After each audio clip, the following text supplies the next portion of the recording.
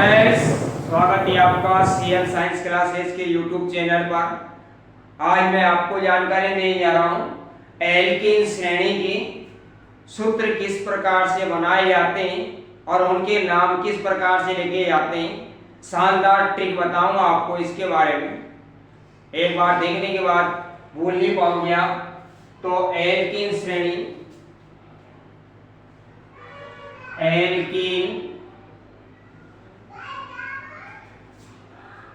Alkene श्रेणी, तो alkene श्रेणी के सूत्र बनाना सीखेंगे अपन। तो इसमें इसका पहले अपन सामान्य सूत्र लिखते हैं। सामान्य सूत्र क्या होता है इसका? CnH2n इसका सामान्य सूत्र होता है। अब इसके बाद एल्कीन श्रेणी में और एल्काइल श्रेणी में अधिकतम कितने परमाणु होना चाहिए? 2 कार्बन परमाणु होना चाहिए, क्योंकि इसमें एल्कीन श्रेणी में द्विआबंध का निर्माण होता है और एल्काइल श्रेणी में त्रिआबंध का क्या होता है? निर्माण होता है कार्बन परमाणु के बीच। एल्कीन श्रेणी में कार्बन कार्बन के बीच द्विआबंध होता है और एल्काइल श्रेणी में कार्बन कार्बन के बीच त्रिआबंध होता है। और इसके बाद इसके पहले बताए थे मैंने आपको एल्केन श्रेणी में कार्बन कार्बन के बीच एकल आबंध होता है।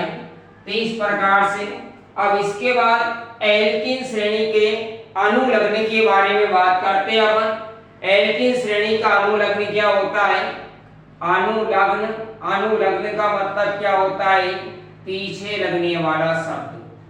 पीछे एल्कीन तो क्या आ रहा है अपने पास? इन आ रहा है पीछे, तो इसका अनुलग्न क्या हो जाएगा? इन हो जाएगा इसका अनुलग्न। इसका अनुलग्न क्या हो जाएगा? एल्कीन श्रेणी का अनुलग्न इन हो जाएगा। अब इसके बाद अपन सूत्र बनाना स्टार्ट करते हैं और इसका नाम किस प्रकार से लिखा जाता है। बस केवल आपको एक तो ये पूर्व लग्न याद रखना है और एक आपको सामान्य सूत्र और अनुलग्न याद रखना है। सूत्र अपने आप बन जाएगा और उसके बाद उसके नाम भी अपने आप लिखाए आ जाएंगे। देखो आप किस प्रकार से बनाते हैं। n बराबर कितना हो?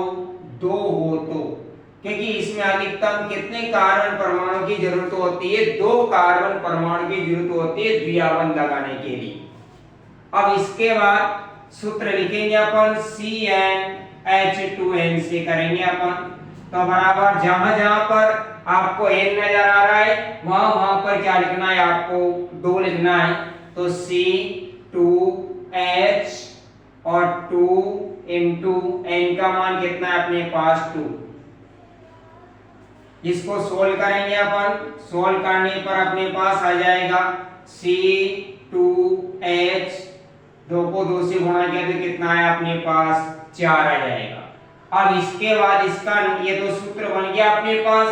अब इस सूत्र का क्या करेंगे अपन? नाम लिखेंगे। तो नाम लिखेंगे तो एक तो पूर्व लग्न लिखेंगे, एक तो इसका क्या लिखेंगे अपन? पूर्व लग्न, और एक क्या लिखेंगे अपन? इसका अनुलग्न लिखेंगे। एक तो पूर्व लग्न लिखेंगे और एक क्या लिखेंगे? अनुलग्न। इसके आधार पर अपन इस सूत्र का क्या लिखेंगे? अपन नाम लिखेंगे। तो पूर्व लग्न का मतलब कार्बन परमाणु की संख्या, तो सूत्र में कार्बन परमाणु की संख्या कितनी अपने पास? 2 है। तो 2 के लिए क्या आ रहा है? यहाँ पर एथ आ रहा है। तो पूर्व लग्न इसमें आ जाएगा एथ। और इसके बाद अनुलग्न क्या लिखा अभी अपन ने? इन। तो अनुलग्न आ जाएगा इसका इन। और एथ को और इन को मिलाया तो इसका नाम क्या हो जाएगा? एथीन नाम हो जाएगा इसका। क्या नाम हो जाएगा? एथीन। इस प्रकार से इसके बाद n बराबर 3 लेते अपन। तो n बराबर 3 सामान्य सूत्र लिख देंगे CnH2n और इसको सोल्व कर लेंगे। जहां जहां पर आपको n नजर आ रहा है वहां पर क्या लिखना है? आपको 3 लिखना है। तो C3H2 into 3 तो बराबर। अब इसके बाद C3H और 2 को 3 से गुणा किया तो कितना आया? 6। अब इसके बाद एक तो पूर्व, इसका नाम लिखेंगे अपन। एक तो पूर्व लग्न और एक किसके आधार पर, अनुलग्न के आधार पर इसका नाम लिखेंगे अपन। तो पूर्व लग्न क्या है अपने पास, कार्बन परमाणु की संख्या के आधार पर पूर्व लग्न लिखा जाता है। तो कार्बन परमाणु की संख्या सूत्र में कितने अपने पास 3 है, तो 3 है, तो यहाँ पर 3 के लिए क्या रहा अपने पास, प्रोप आ रहा है।